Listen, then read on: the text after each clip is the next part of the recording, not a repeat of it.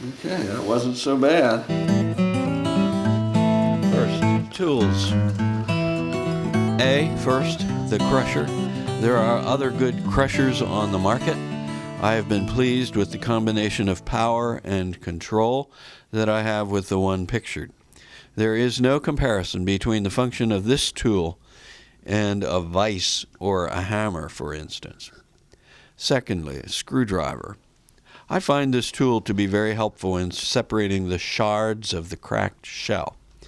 It is not so much a pry as a gentle tease to separate the shell fragments without bruising or breaking the nut meats. It is certainly not used as a nut pick. Third, the diagonal Electrician's wire cutter. This sturdy tool is the closest we can come to the powerful teeth of a squirrel. Used properly, it can greatly enhance pleasure and productivity when shelling this hard nut. And finally, an apparatus I like to use is a glove on my left hand to protect me from the shards that sometimes fly from the hard shell when it is crushed. Second, external walnut anatomy.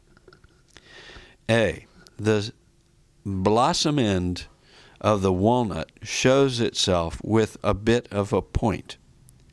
B, the stem end of the walnut tends to be flat and will sometimes have a bit of a depression.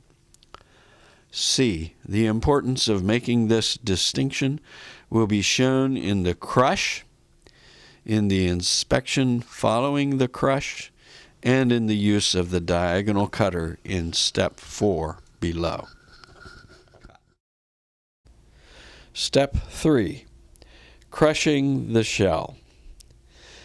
First, line up the stem blossom axis in the crusher.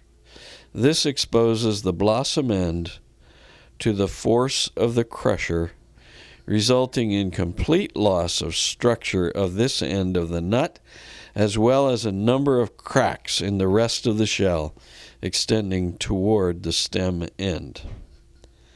Second, inspecting the crushed shell and the use of the screwdriver. I like to give a couple sharp raps with the screwdriver and note then that the crush is primarily at the blossom end of the nut, while longer cracks extend through to the stem end. And after teasing apart these cracks, one can look at the inside of the nut and note how the nut typically falls apart into 4 quadrants, each of which contains a plump nut meat.